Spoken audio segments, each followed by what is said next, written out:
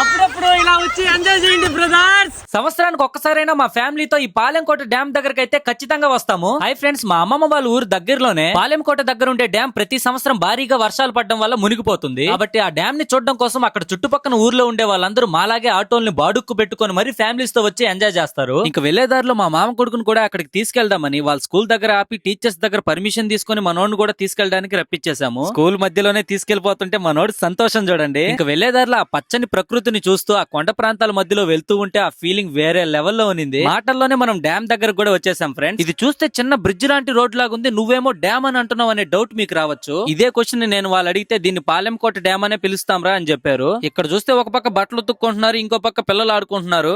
ఇక్కడికి ఇంతమంది ఫ్యామిలీస్ వచ్చి ఎక్కడ ఎంజాయ్ చేస్తారా అని అనుకుంటారేమో. నెక్స్ట్ రాబోయే వీడియోలో ఇక్కడికి వచ్చిన ఫ్యామిలీస్ అంతా ఎక్కడ ఎంజాయ్ చేశారో, ఎలా ఎంజాయ్ చేశారో రేపు రాబోయే వీడియోలో పెడతాను. ఓకే బై ఫ్రెండ్స్, వీడియో నచ్చితే లైక్ చేయండి. నెక్స్ట్ వీడియో కోసం మన ఛానల్ ని మర్చిపోకుండా సబ్స్క్రైబ్ చేసుకోండి.